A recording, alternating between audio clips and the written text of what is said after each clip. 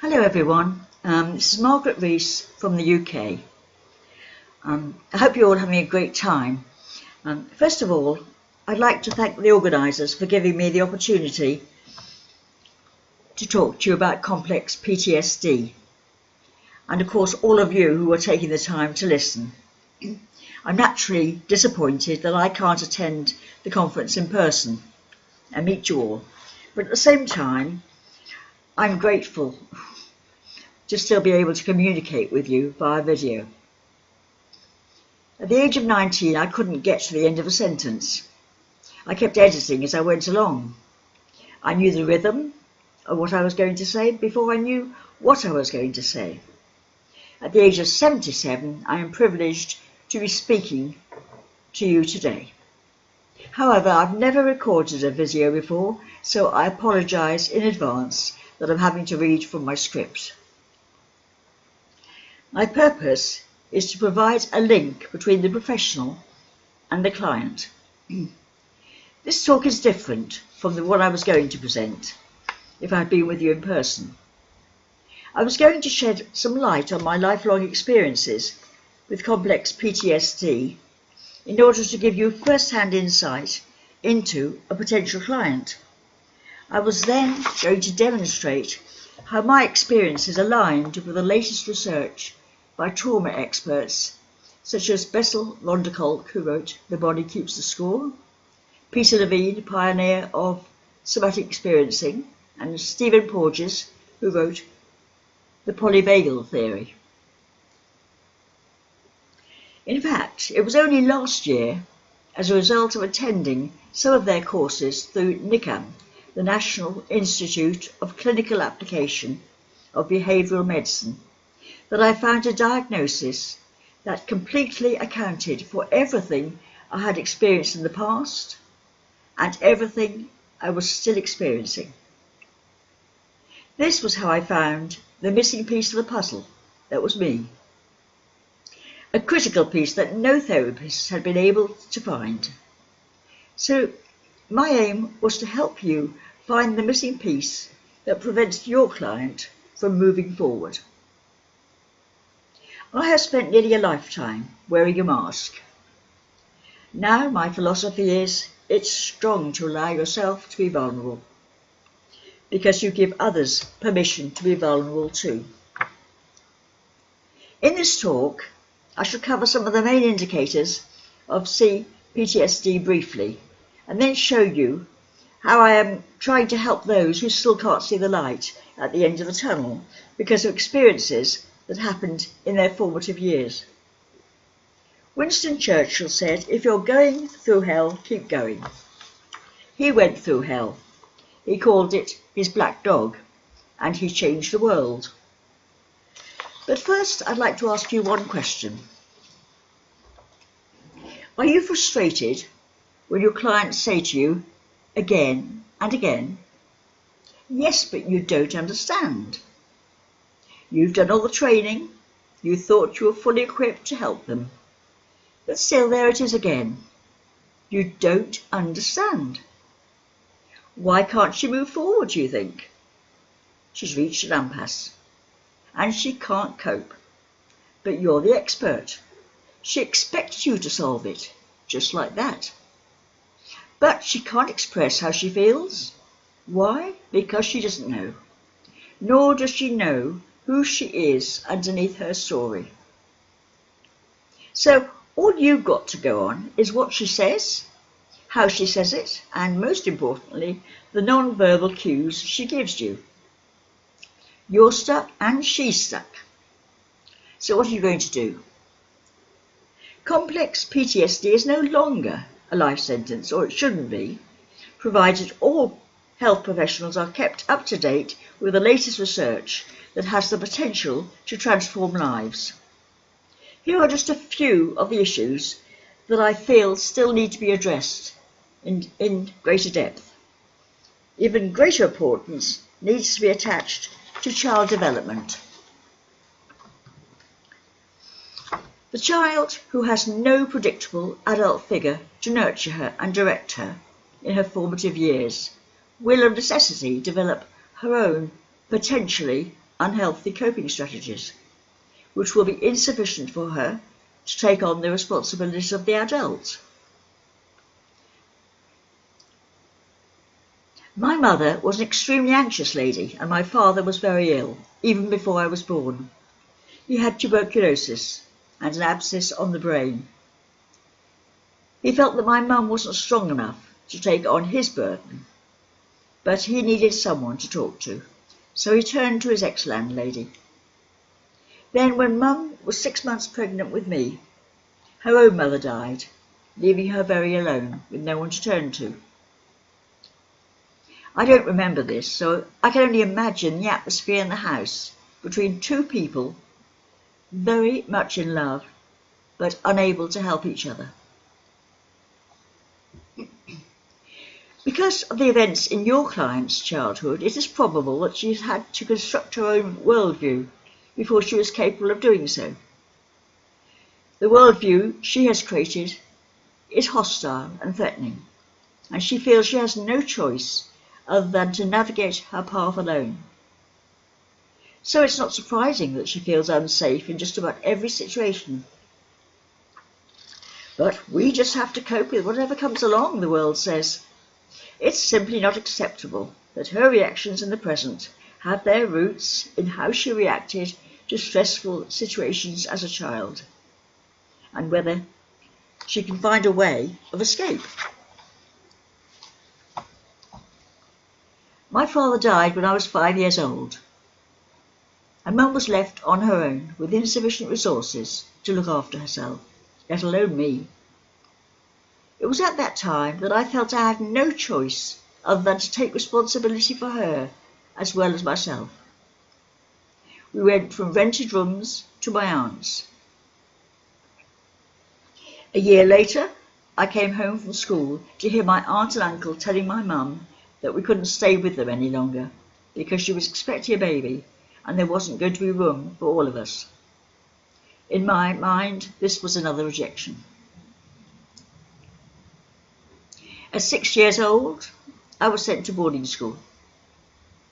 I can remember the very real hope I felt that here I would be accepted and I would belong to a loving family.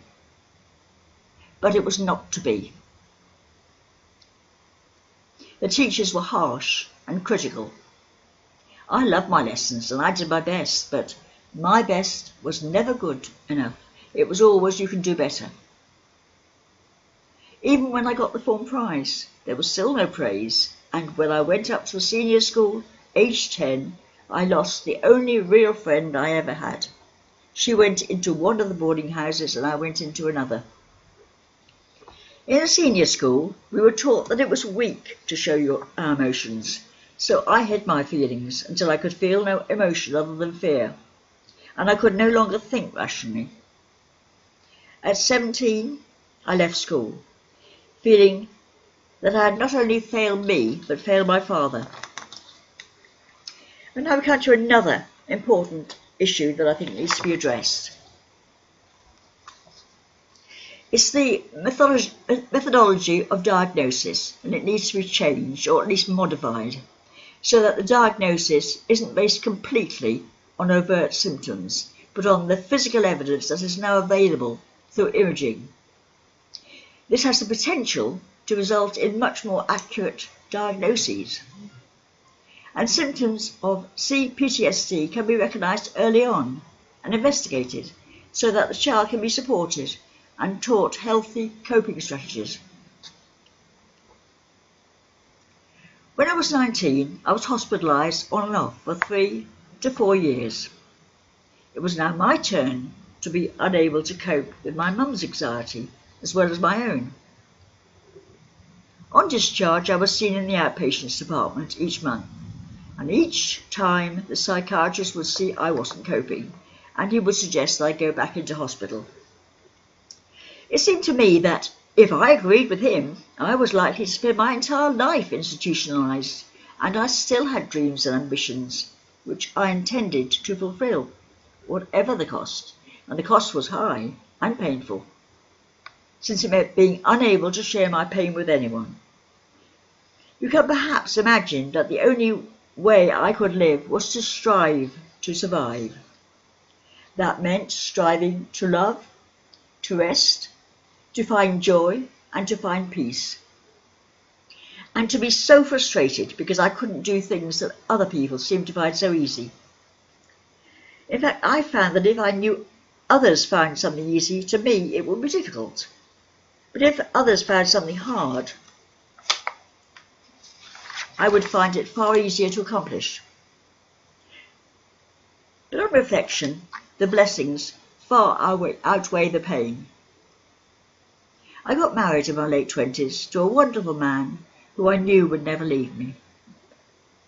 We had 3 children, a girl and 2 boys, and now we have 6 grandchildren.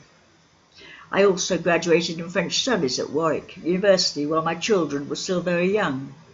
And later in life I tried my hand at writing thrillers and screenplays with some success. It was a way of escape. My present general practitioner, on looking back over my medical notes, agrees that it is very probable that I would indeed have been institutionalised for life, especially since the doctors in the 60s had given me a poor prognosis because of the family history of mental illness on my mother's side. It was not until my 60s, after my husband had died, that in desperation I asked my general practitioner for help. At this stage of my life, even the prospect of institutionalisation seemed less traumatic than living at home, unable to escape from my thoughts and unable to escape from me. But times had changed and I wasn't sent back to hospital. I was referred to an amazing counsellor whom I saw on and off for 10 years. She told me later that she had taken me into a private practice because she felt that she could prevent me from being institutionalised. It was only at this time that my doctor told me that I had been misdiagnosed with what would now be called schizoaffective disorder and given inappropriate treatment in the form of about 30 to 40 ECTs, insulin therapy, and an antipsychotic which repressed my emotions even more. 56 years later, these tablets were taken off the market with no warning. There was no substitute because I have never been psychotic. Also, the typical medication at that time was not manufactured to be compatible with other medication, as is the atypical medication of today. So I had to come off it cold turkey. This was very dangerous, and my body went into rebellion. My emotions were overwhelming, and my doctor had no one to whom he could refer me. I think that was the worst part of it. No one seemed to know what to do. And I'm still taking the benzodiazepine I was given 59 years ago, and I'm certainly not trying to reduce it just now. I feel my body has been through enough trauma already. It is recognised that although everyone experiences trauma, we each react or respond according to life experiences and personality, to name just 2 contributory factors. This causing those feeling misunderstood, disconnected from themselves, others and God, to feel even more invisible. Since the common thread that runs between most mental illnesses is the fact that people feel misunderstood, it is easy for professionals to fall back on this fact. But supposing those suffering from the consequences of childhood trauma have a very good reason to feel misunderstood. Why? Because CPTSD hasn't received official status in the DSM classification yet, and so the client tends to be given a diagnosis based on overt symptoms and not the root cause. The research is sufficiently completed, I think, so that professionals could now base their diagnosis on physical evidence. When the diagnosis is based solely on overt symptoms, the client can feel that something is missing, something much deeper that even the professionals can't explain. This can make her feel not only invisible, but completely invalidated, in which case, how can you expect her to regain her sense of self? I have lived all my life with labels that didn't fit with how I perceived the real me. And yes, I did struggle with anxiety and depression when the struggle became too much to handle, but that was to be expected. So I finally started to do my own research to get some understanding of exactly what I was trying to struggle against. When I first came across CPTSD, everything that I felt, but no one else seemed to be able to explain, fell into place. It was like a light bulb moment. I'd found the real me.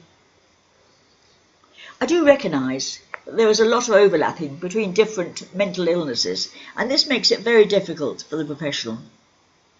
But for me, I felt validated, and my doctor, after he too had read Bessel von der Kolk's book, The Body Keeps the Score, agreed with this diagnosis wholeheartedly. At last, I didn't need to look any further. I'd found the missing piece of the puzzle. That was me. The research undertaken by researchers such as Bessel von der Kolk, Peter Levine and Stephen Porges et al. Could be transformational because at last the professional is now able to look at the brain by imaging and see which areas light up. But there are some very big buts. First, CPTSD needs to be recognised within the DSM classification. The treatment must be made available to the majority, not just the minority who can afford it. There is greater public awareness and understanding of the potential consequences of CPTSD and less stigma surrounding mental illness as a whole. Having said this, the health system is under-resourced both in manpower and finance, and with medical science having made such great strides, people are living longer. So how can all this be funded? The climate towards mental illness needs to change so that people aren't afraid to go to their doctor with an emotional challenge, and they'll go to their doctor for help before they reach burnout or breakdown. I am passionate to contribute towards changing public attitudes towards CPTSD because of my lifelong experiences of it. If I were to die tomorrow, the only regret I would have is if I hadn't at least tried to help people who are disconnected from themselves, others, and God, or something bigger and wiser on whom they can rely. This will take time, since if you can't connect to yourself, whom you can see, you're unlikely to be able to connect to someone you can't see. Having reached my 60s and still not found my safe place where I could be refreshed and renewed within this world, in desperation I decided to go on an Alpha course, which was being held at our local Baptist church. I was told I could ask any question I liked, and there would be no judgment. So I went along expecting nothing. I mean, why should God suddenly take an interest in me now? But on the evening after the first session, I had a revelation. At last I'd found my safe place, and at a time when I wasn't even expecting to. Up until then, I didn't even know that there was a difference between religion and relationship, nor was I aware how much God my Father loved me and wanted an intimate relationship with me. If I'd understood this as a child, I wouldn't have felt the need to strive, because I would have known that I was never alone. I'm not saying that from then on all long-lasting emotional distress disappeared, and there were still so many times when the struggle seemed more than I could handle. Nor at this stage could I connect to myself, others and God. You may wonder how God could connect to me when I still couldn't connect to him. It happened despite me. It's been a very long process, full of tears, doubts and confirmations along the way. But now, even in the very difficult times, I do know that he is always with me and will never leave me nor forsake me. If I were to die tomorrow, my only regret wouldn't be that I've had to live nearly all my life with the consequences of CPTSD. It wasn't understood at that time, even by the professionals, back in the 60s. It would be if I hadn't at least tried to make a difference by helping others to embrace their storm. Life is a journey in which we learn each day. So what can one person, me, do to make a difference, however small? I'm in the middle of writing a book. It's called Hope Restored, a guide to embracing the storms of complex PTSD. I'm told that the first chapter is being distributed to you all, together with an introduction written specifically for you, the delegates. The book is being published by Westbow Press, the self-publishing arm of Thomas Nelson and Zondervan, next year. The publisher is going to build my website once they have the manuscript, but in the meantime, someone is setting up some web pages so that I can be located. The web address is www.hope-restored.co.uk. You'll find that in the handout that you've got. I'm hoping that these pages will be completely set up by the time of the conference. My book is self-help. My aim is to discuss the up-to-date research of several trauma experts and illustrate it with my own life experiences. After all, that's how I found my missing piece, so I hope that maybe someone may find theirs too.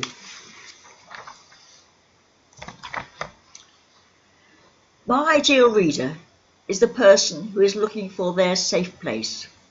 Even though they may not know it, they just know that they are in a very dark place. They may have been given several diagnoses, just like me, and had several different treatments. But somehow, they too know that something is missing, so they continue their search, just as I did. During the latter part of last year, I started making connections with many professionals on LinkedIn, mainly in the health and educational spheres, and I felt very privileged that so many therapists asked about the book and wanted to buy it once it was published because they thought it would benefit them in their private practice. Because of this, my second category of ideal reader will be health and educational professionals.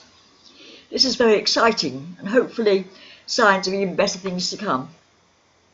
It was also through LinkedIn that I've been invited to speak at several conferences this year, including this one. So these scripts have had to take priority over my book. When I was in that dark place, I had nowhere to go that I felt was safe. And this made me realise how important this is to recovery.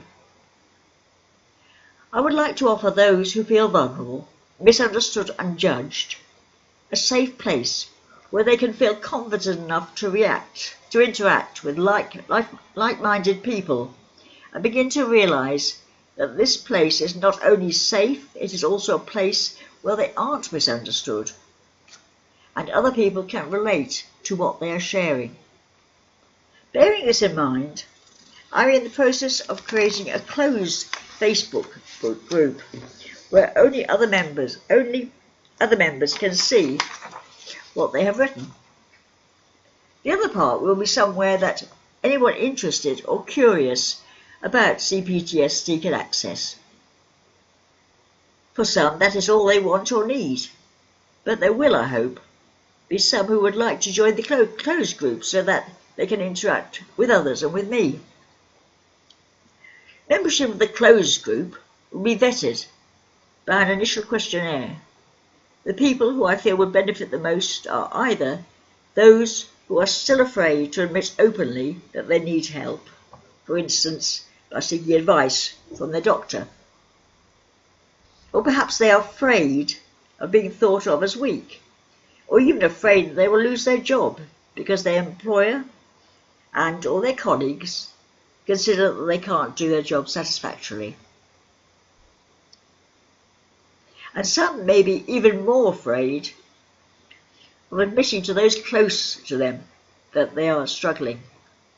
It can often seem less threatening to talk to strangers than those who think they already know you. The second category would, I think, based on my own experience, be composed either of those who are in the process of having therapy with a professional, but feel the need for some help in between sessions. And I certainly find it very difficult between sessions, nor did I like to admit it. I spent years saying nothing because I was afraid of being thought a nuisance. It can take a long time to heal, but if we can look back on things that happened, we can realise that because it happened, I learnt this and that. Or we can see problems as challenges or opportunities to learn. We grow far more during the difficult times than in the times when the path is smooth.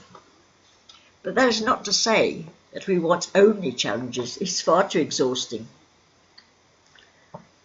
Underneath the conflict, there is love, joy, hope, peace. We just need to learn how to release them so that in the most difficult times we can walk through the storm in a certain hope of who we were created to be. If I were to regret my past, I would be rejecting me, and I know that whatever has happened, has happened. It has made me who I am today, a much stronger person. And I like the real me that I'm in the process of becoming. It's not how you start, it's how you finish that matters, and I want to finish well. So, to conclude, we have the technology to give accurate diagnoses by using, as our base, physical evidence. This could be transformational. But we live in a world that is much more fast-paced than ever before. The suicide rate, especially among the young, has increased in the last 10 years, and 1 in 4 people visits their general practitioner for some form of emotional distress every year. What are the obstacles that stand in the way? Inadequate resources, both financial and manpower, and because of the tremendous strides that have been made in medical science across the board in the last 5 to 10 years, people are living longer and will still expect to receive the appropriate treatment from a healthcare system that cannot meet these rising demands. Then not all professionals are aware of the emerging technologies nor their benefits. Can we deny so many people the skills to enable them to love, to hope, to feel, and to rest, or just be? These resources could be the solution to so many people's problems, but only if we apply the treatments based on physical evidence, not just overt symptoms. I'm passionate to help those who can't see the end of the tunnel, the light at the end of the tunnel. They don't understand that the brain can change at any time in their life, and even if they did, it would take a lot of patience to reframe deeply entrenched habits. But unless the emerging technology is applied, complex PTSD will continue to be a life sentence of struggle, as it was in the 60s. Surely we can't allow this to happen, especially now that we have the knowledge to prevent it. If any person or organisation would like to know more about either my project or my book, I'd be delighted to hear from you. Can be contacted at my web address www.hope-world.org. restored.co.uk. If the site has still not been finished, I should be delighted to hear from you at my email address, margaret.reece2016@gmail.com. Both of those are in the handout. I would also very much welcome further suggestions as to how to get this project off the ground. And I would so appreciate some professional input. And thank you all so much for listening. Thank you.